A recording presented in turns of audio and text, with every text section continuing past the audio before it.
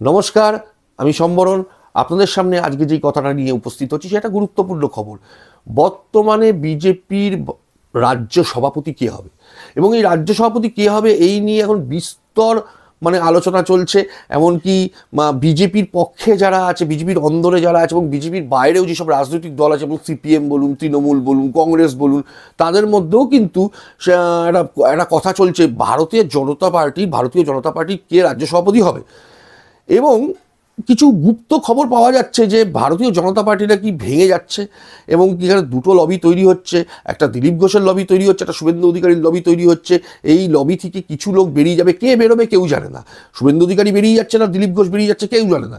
কিন্তু বিজেপিটা চুরমার হয়ে যাচ্ছে, হয়ে গিয়ে তৃণমূল থেকে কিছু হেভিওয়েট নেতা, আবার কংগ্রেস থেকে কিছু হেভিওয়েট নেতা মতো অধীর রঞ্জন চৌধুরীর মতন নেতা, এরকম সবাই এসে একটা দল করবে, যেই দলটি নাকি তৃণমূলকে 2026-এ গদিচ্যুত করবে।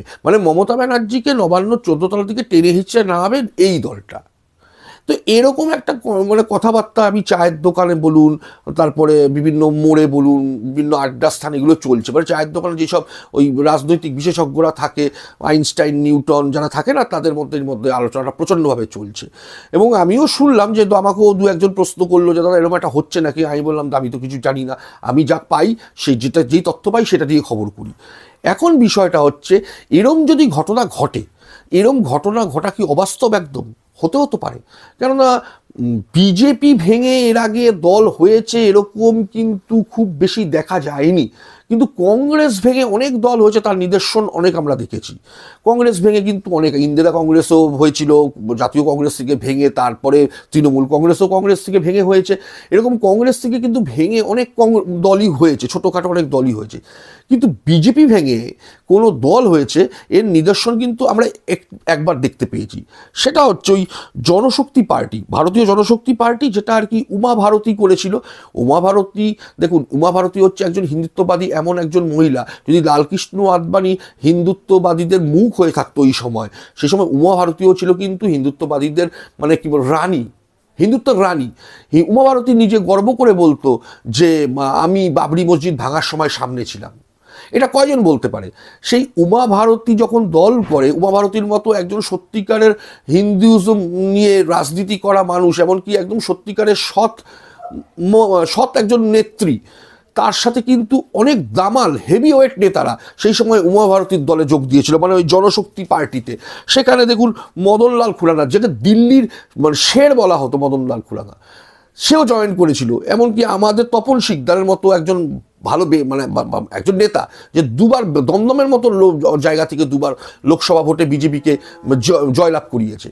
কিন্তু ভেঙে গিয়েও তখন তারা দল করার পরেও কিছুদিন বাদে কিন্তু তাদেরকে আবার বিজেপির আশ্রয় নিতে হয়েছে। তারা একটা মাত্র কারণ হচ্ছে RSS, রাষ্ট্রীয় স্বয়ংসেবক সংঘ। তারা নেপথ্যে যে হিন্দুত্বের প্রচার করে এবং তারা নেপথ্যে যা যা কাজ করে, সেই কাজ কিন্তু বিজেপির দ্বারা করে ওঠা সম্ভব হবে না। এবং তার জন্য RSS-এর যে ত্যাগ, যে RSS-এর যা বলিদান, RSS-এর প্রচারকরা কেউ বিয়ে করে না খালি দেশের জন্য, তারা প্রচারের জন্য, তারা দেশমাতৃকার জন্য একদম নিয়োজিত করে নিজেদের জীবনকে উৎসর্গ করে দেয়। সেই RSS-এর যে এই ত্যাগের পরে তারপরে দেখা যাচ্ছে যে এই জেপি নাড্ডা যে গত বছরের বলেছিল যে RSS-কে আমাদের দরকার নেই, তার জন্য কিন্তু বিজেপির এরকম খারাপ ফলাফল হয়েছিল। দেখুন, RSS-কে ছেড়ে বিজেপিকে কেউ চিন্তা করতে পারবে না। তার জন্য RSS পশ্চিমবঙ্গ রাজনীতিতে এবার কিন্তু গভীর ইম্প্যাক্ট ফেলবে।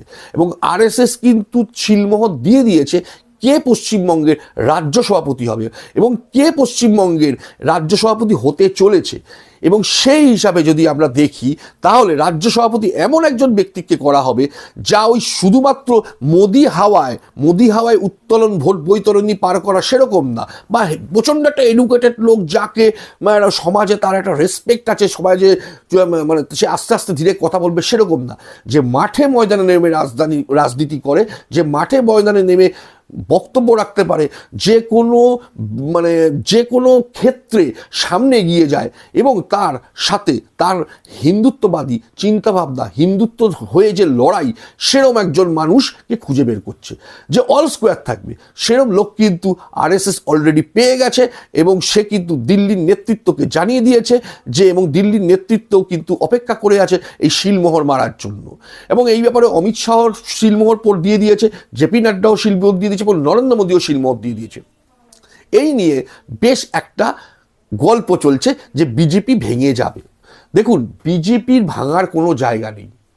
বিজেপি যদি ভাঙে আর যদি নতুন দল বিজেপি থেকে কেউ বেরিয়ে গিয়ে নতুন দল করবে, সেটা কিন্তু শূন্য হয়ে যাবে। তাই আমি বলছি, বেশি চিন্তার কোনো দরকার নেই। আর 1-1.5 মাস বাদে, 1-1.5 বছর বাদে বিধানসভা ভোট আসছে এবং এই বিধানসভা ভোটে যে বিজেপি যে এবার রাজ্য সভাপতি হচ্ছে, এটা কিন্তু তৃণমূল কংগ্রেসকে একটা চিন্তায় ফেলে দিয়েছে। এমনকি মমতা ব্যানার্জি রীতিমতো চিন্তায় আছে, কেননা যেই ধরনের স্ক্যাম আস্তে আস্তে বাইরে বেরোচ্ছে, যেই ধরনের ঘটনা আস্তে আস্তে সামনে আসছে, এসএসসি থেকে শুরু করে কয়লা বালি থেকে শুরু করে কালীঘাটের কাকুর নামে যে চার্জশিট পড়ে গেছে, এই সব মিলিয়ে তৃণমূল কিন্তু নাজেহাল। তাই বলছি, ভারতীয় জনতা পার্টির সভাপতির নাম ঘোষণা করাটা একটা সময়ের ব্যাপার, এখন খালি নামটা ঘোষণা হবে এবং তার সাথে আগামী বিধানসভা নির্বাচনে বিজেপি 294টা আসনে একটা মারাত্মক লড়াই দিয়ে পশ্চিমবঙ্গের মসনদে আসছে, এই আশা রেখেই আজকের মতো আমার বক্তব্য শেষ করছি। নমস্কার।